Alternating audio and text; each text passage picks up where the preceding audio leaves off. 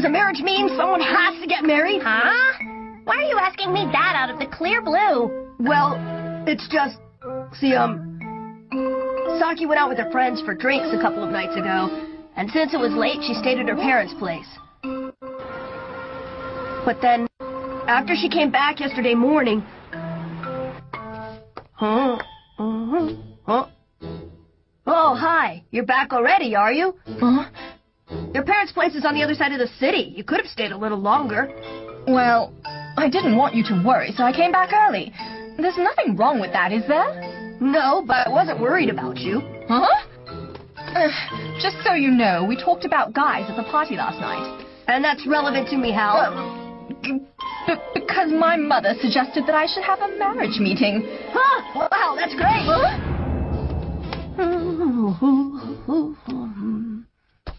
Yes, hello, Mum, it's me. Get the show on the road. Let's do this thing. Yes, as soon as you can. Wait, Saki! Okay, that's fine. That's perfect. All right, we're all set. The meeting's on Sunday, tomorrow, so I'll need the day off. Is that okay with you? What?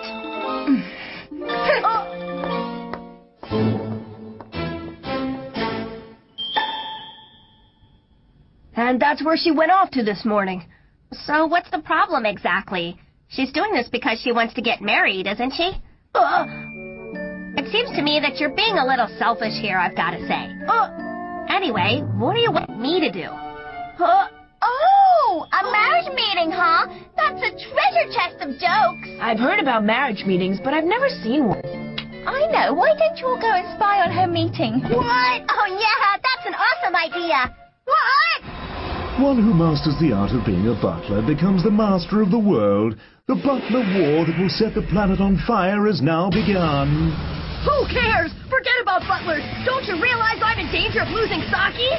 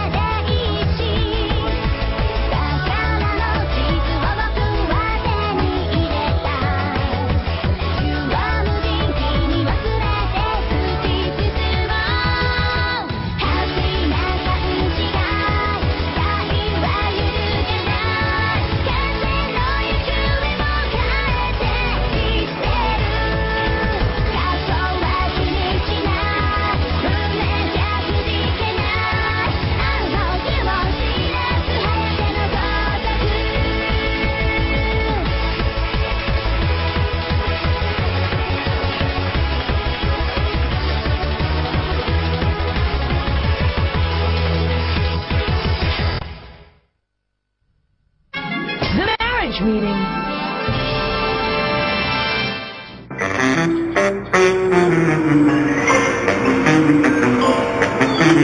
Malamang nakarating na sila dun sa mga oras na to. Ay, ang sarap siguro ng pakiramdam na magkaroon ng marriage meeting. Grabe, kinikilig tuloy ako. Iwan na lang muna natin para sa kanila ang kwartong to. Siyempre naman! Wag! Patawarin niyo po ako, sir. Huwag niyo naman pong gawin sa akin yan. Lolo! Ayaw mo ba? Naku, ano ba yung iniisip ko? Hindi naman ganun ang nangyayari sa marriage meeting, ah. Marriage meeting? Ano bang klaseng kakornihan yun? Ito ang isa sa mga over sa mahal na restaurant sa Tokyo. FYI, ang nakikita nyo ay hindi ni-recycle na drawing ng bahay ni Isub. Isipin mo yun, pumayag magkaroon ng marriage meeting si Saki sa isang lalaking hindi kilala sa lugar na to? Alam ko na ngayon. Ha? Sinusunod nila ang tradisyon sa engagement at ngayon, puro pala sila nagliligawan. Anong ibig sabihin nun? Naglalakad-lakad sila sa garden, pinag-usapan ng mga hobbies nila at kinikilala nila ang bawat isa. Parang comedy show lang and wife. Ha? Silang dalawa lang? Masyadong malaki ang garden na to at kilala to sa pangalang Forest of Ambivalence. Meron daw babae pumunta dito para sa marriage meeting at kasalukuyang nawawala. Ano? Siguro sa ngayon, naging talansay na siya. Ha? Kailangan mo siya hanapin! Naniwala naman agad. Hindi siya magiging kalansay ng ganong kabilis, no? Okay lang yun. Mas exciting nga yung ganun eh. Kung magkakaroon ng suspense, di mas masaya.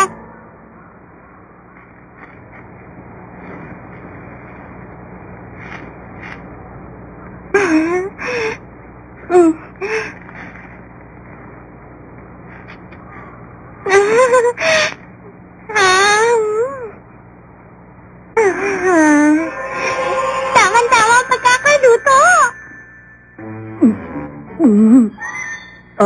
Natutuwa ako makilala ka. Ako si Kaoru Kyunosuke. Teacher ako sa Akuo Academy. Ako si Saki Kijima. Hayaan niyong ipaliwanag ko. Si Kaoru Kyunosuke ay lumabas na sa series na to bilang supporting character, pero sobrang tinipid ang mga linya niya. Ngayon naman ay nagsasalita siya na parang machine gun. Pasensya na sa abala. Pinapunta pa kita rito. Okay lang. Huwag mo isipin yun. Ano ba ang hobbies mo? Ano ba itong ginagawa ko? Wala naman talaga akong intensyon na mag-asawa, pero mga pumunta pa 300 ako dito. action figures. Bigla ako mag-desisyon. Paripag-ipang ko pa. Pero Hindi di bali kasi kahit para na sa kanya. ng mga yun, wala na ibang ginawa na model na katulad nun. Ang tawag doon ay ang phantom na kinatatakutan ng Federal State at kilala sa pangalang Code. Ay, naalala ko tuloy ang kabataan ko. Tama na nga yan, kailangan ko pang ipaliwanag kung bakit nangyari yung lahat ng ito. Cheers!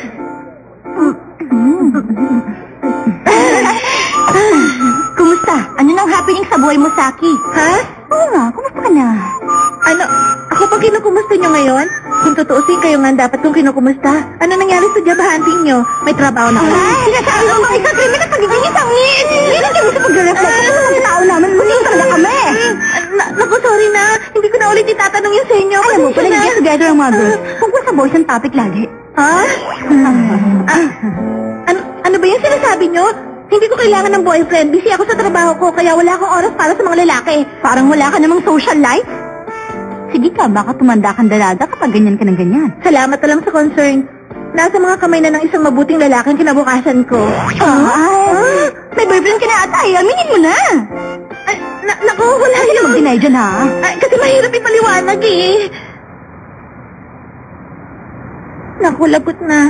Inabot na ako na madaling araw dito. Wala nang tren papunta sa Nakano sa Kahoy sa ganitong oras. Tawagan ko kaya si Master Wataru para sabihin na uuwi na lang ako sa amin. Saka para hindi siya mag-alala sa akin. Ganun ba? Hindi ka makakauwi ngayon? Ha? Bakit? Parang masaya ka pa yata. Hindi. Natutuwa lang ako kasi wala na magsisermon sa akin kahit late na ako matulog. Kung gano'n, pasensya na kung pinag-alala kita. Ha? Hindi naman ako nag-aalala sa'yo. Ha? Pero delikado para sa isang babaeng umuwi ng ganitong oras, di ba? Sabihin ko, makakatulog ako na mahimbing ngayon.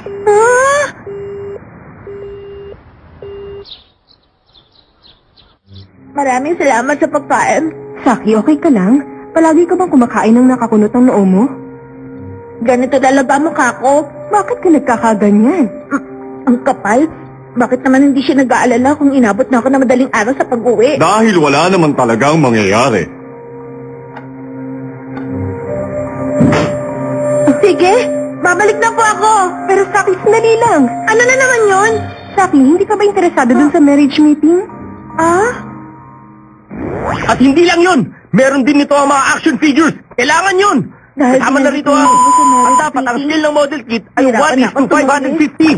Ay. May problema ba? Boring ba yung mga trivia ko tungkol sa... Naku, pasensya na. Meron lang kasi ako ibang bagay na iniisip. Siguro nga. Halata kasi sa malungkot mo mukha. Ganun ba? Alam mo, 28 na ako kaya lagi ako kinukulit ng mga magulang ko. Lagi nila sinasabi na mag-asawa na ako at pinilit nila akong pumunta rito. Ganun din ako eh. Pero hindi ako napilitan. Pabigla-bigla lang kasi ko. Pasensya na. Okay lang yun. Pareho naman tayo eh. Pero teka, may iba lang na usapan. Nasaan na ba tayo?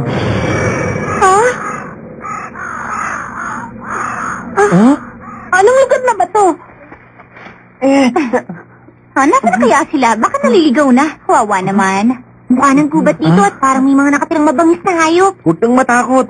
Puprotektahan kita mula sa kahit anong mananakit sa'yo. Saan ba tayo dapat lumaan? Wataru, kamusta na nga pala si Izumi? Naku! Ano? Bakit bigla mo naman silali si Isumi sa usapan? Ganyan talaga kung susundin ang standard na plot ng mga kwento tungkol sa pag-ibig. Kung magsasayang ka ng oras dahil hindi mo masabi ang nararamdaman mo sa taong mahal mo, kadalasan nagkakaroon ng marriage meeting. Hindi ganun yun, no? Eh, di pabayaan mo na lang si Misaki sa kagustuhan niya. Nasa tamang edad na siya at para hindi niya maging masaya, huwag mo nang ipagkait sa kanya. Alam ko naman yun, pero... Hindi mo pa rin ba mag-gets? Kung tutuusin, hindi ko na problema to eh. Saka kahit na fiancé mo ko, nakakapanibago para sa akin at tulungan ka. Sige, hindi na ako hingi ng tulong sa'yo! Nakita ko na si Misaki! Nasaan? Hindi ko alam kung nasan na tayo. Hindi ko na rin alam eh. Subukan natin hanapin ang daan pabalik. Sino kaya ang lalaking yun? Parang nakita ko na siya noon ah. Kilala ko siya. Yan si Sir Tauro. Yung fanatic ng Gakura. Hindi ko marinig yung pinag-uusapan nila pero mukhang masaya sila. Oo nga. Ano ba yan? Seryoso ba talaga si Saki sa kanya? Ano ba nagustuhan niya sa lalaking yan? Ano kaya natin marinig yung pinag-uusapan nila? Sa palagay ko, hindi niya magagawa ng paraan ng dakila mong butler. Ako nang bahala. Ipaubayan niyo na sa akin to, Lady Nagi. Gagamitin ko ang lip reading technique na natutunan ko sa SPK o Secret Provision for Kira para malaman ko kung ano sinasabi nila. Ang totoo kasi, meron na talaga akong napupuso ang babae. Ang totoo, Saki, ikaw talaga ang babaeng napupusuan ko. Kung gano'n, meron ka na palang babaeng minamahal? Oo. Minamahal din kita. Sino ba yung babaeng napupusuan mo? Childhood friend ko siya. Cute siya nung bata siya, pero ngayon... Ganyan talaga mag-isip ang lalaking involved.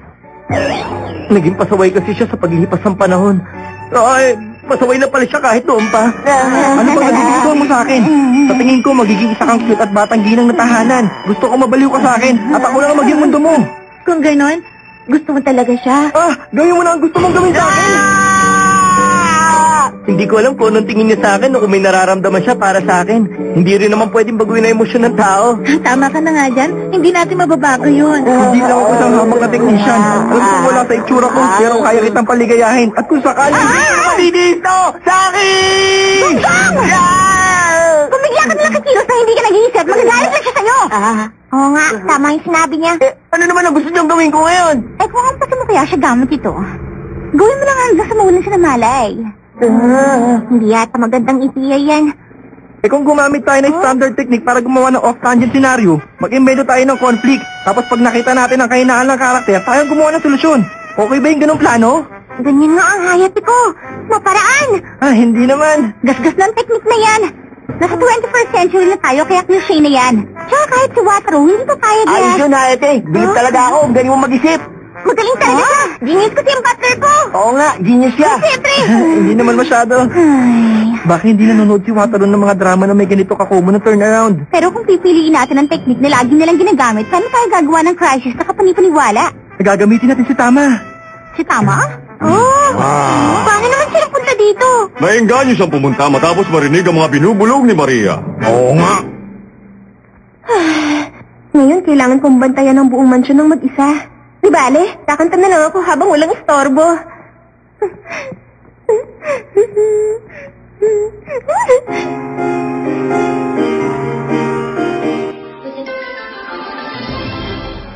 Hakun nori Kinoppi. Titan, o suki desu ka?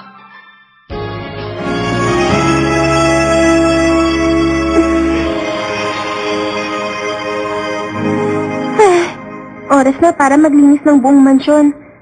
Mas lalong nakakalungkot po. Ganito na lang Tama. Ganun dapat ang mangyayari. Magtago ka sa halaman sa kakatumalon para takutin sila ng konti. Sige, payag ako. Anong makukuha kong kapalit? Tignan natin. Kung hindi mo gagawin ang sinabi ko sa'yo, ibibenta kita sa perya para gamitin ka sa freak show bilang tigring nakakapagsalita. Sige na! Panalo ka na! Ayos na ang lahat. Pumayag na si Tama. Nagkaintindihan kayo? Kaya mo pala makapag-usap sa tigre? Medyo lang. Maasahan talaga ang butler ko. Oo nga. Hindi ko inaasahang magiging ganun kabrutal si Hayate. Medyo nakakatakot yata. Tama si Tama na may umaaligid na nakakilabot na nilalang. Anong negatibong enerhiya ito? May nagsabi sa akin na mararamdaman ng mga hayop kung may umaaligid na nilalang na nagbabadya ng panganib. Mukhang hindi pa pala yun nakakalimutan ng instincts ko. Ang kahindik-hindik na enerhiya mula sa halimaw na to. Hindi ako makagalaw. Pasensya na dahil pinapunta pa kita rito sa marriage meeting na to.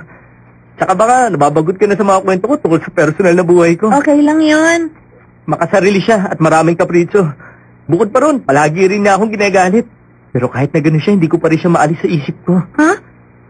Makasarili? Maraming kapritsyo at lagi kang ginagalit?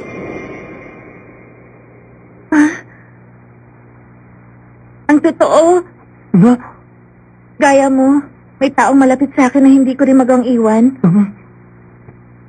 Selos naman ako. Ha? Nagsiselos ako sa taong pinaglalaanan mo ng atensyon.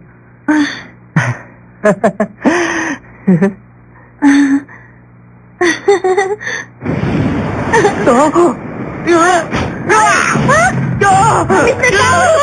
Ayos! Daig pa ni tamang action star sa bilis ng moves niya! Ngayon na, Wataru, bilisan mo, kumilos ka na! Okay! Saki! Okay ka lang ba, Saki? Master Wataru, anong ginagawa mo dito? Ano kasi? Basta, kailangan natin makaalis dito agad. Pero hindi natin pwedeng iwan si Mr. Tauro! Huwag kang mag-alala, ililigtas ko siya.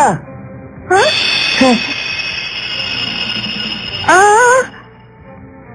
Ayan, ganyan nga. Nangyayari ng lahat ayon sa plano kaya hindi tayo dapat mag-alala. Oo nga, okay lang pala kahit gastos ng tactic na to. Sinubukan ko silang takutin pero may naramdaman akong enerhiyang galing sa isang mabangis na halimaw. Mukhang mapanganib kaya bumalik ako. Bakit, Hayate? Ano kasi? Hindi pala si Tama yung halimaw na nakita natin lumukot kay Sir Kaoru. Kung gano'n, ano yung nandun? Baka totoong halimaw yung nandun. Ano? Master Wataru, delikado yan! Lumayo ka dito sa akin. Pero... Hoy, halimaw, lumabas ka na! Baka wala mo si Sir Kaoru kung hindi ako mismo tatapos sa'yo! Wataru, pasensya na pero hindi pala si Tama ang nagtatago dyan sa halaman kundi sa totoong halimaw. Ay, ano ginagawa ko? Master Wataru!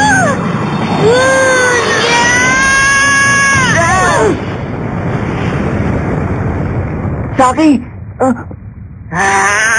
Mungkatsura! Yukiji, ano bang ginagawa mo sa lugar na to? Kahapon pa ako nandito para sa isang marriage meeting party dahil libre ang inuman pero pinatigil ako, kinalagtad! Tapos naligaw ako sa gubat na to, ngayon napapagod na ako dahil sa gutom, kaya halika na! Halika na ako! Gusto ko na umuwi! Tulungan niya ako! Bakit ka ba pumunta dito? Nag-aalala ka ba dahil sa marriage meeting ko? Marami pa kasing kailangan gawin sa shop, kaya tapusin na natin to para makauwi na tayo. Tara na. Ha?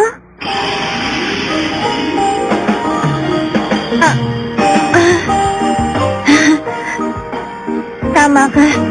Sa tingin ko, hindi pa ako dapat mag-asawa sa ngayon. Talagang hindi. Sira.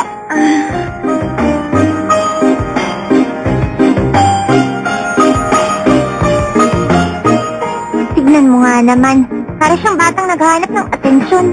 Mukha silang mag-ate. Hindi ko maintindihan kung bakit siya ganyan. Kanino ba talaga siya may gusto? Kay Izumi nga ba o kay Misaki? Ang gulo niya kasi. Ganun talaga. Para sa mga lalaki, marami kasing kahulugan ng salitang may gusto. Kung ano man yan, hindi ko talaga mag-get. Ngayon ko lang nalaman na nagiging complicated din pala ang mga lalaki. Tama. Ay, nga pala, Hayate. Accurate ka talaga yung ginawa mong lip reading kanina? Oo naman.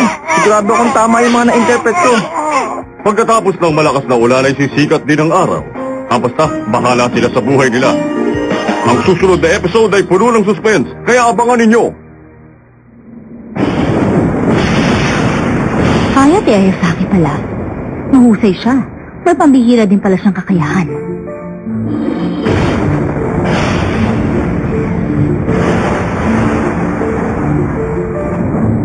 Ang binatilong yun.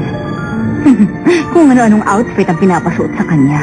May cat ears at bunny ears pang nalalaman. Lady Kuso ha? Ano naman ang dapat hangaan sa Egoy na yun? Sean, huwag kang magselo sa kanya. Maliit na bagay lang yun. Gusto mo rin bang pahirapan at paiyakin si Ayasaki? Lady Kuso ha? Kailan po ba natin dudukutin si Hayate? Huwag kang mainip. Mysterious Dark Butler 1. Talunin mo si Hayate Ayasaki at dalhin mo siya dito ng buhay. Huwag mo akong bibiguin. Masusunod po, kamahal. Lady Kusuha, para po sa inyo. Ihanda mo ng sarili mo ngayon. Damhin mo ang galit ng tagapaglingkod ko. Ang tahimik ngayon at walang gulo. Sino ka? Bakit nandito ka?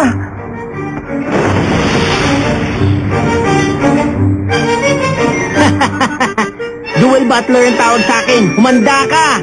Draw! Anong klase mga halimaw mga yan? Ano kaya to? Hinahamon kita sa isang duelo, Hayate Ayasaki! Hindi ko alam kung bakit mo nagawa to pero hindi kita uhurungan. Ako naman ngayon! Draw! Magic card! White Hair Demon Cloud! Destroy all monster attack!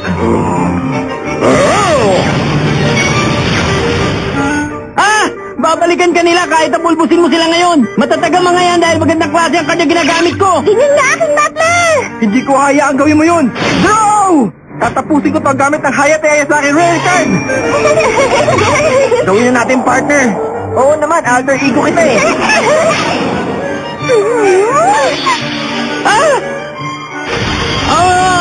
Matatalo ko na isang tira lang.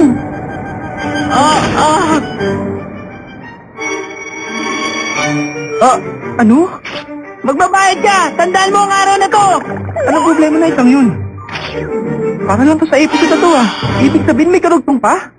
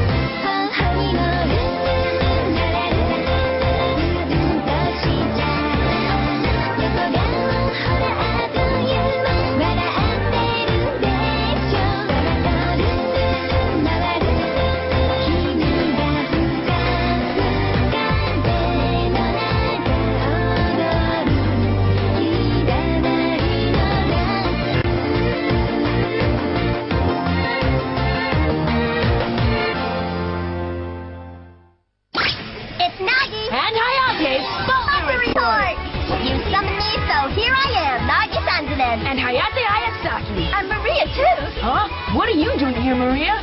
When the story takes place outside the mansion, I don't get enough screen time, so they put me in here for today. I see. Well, I feel bad for you. But 99% of people watching this show are here to see me, so I'm sure they haven't been disappointed.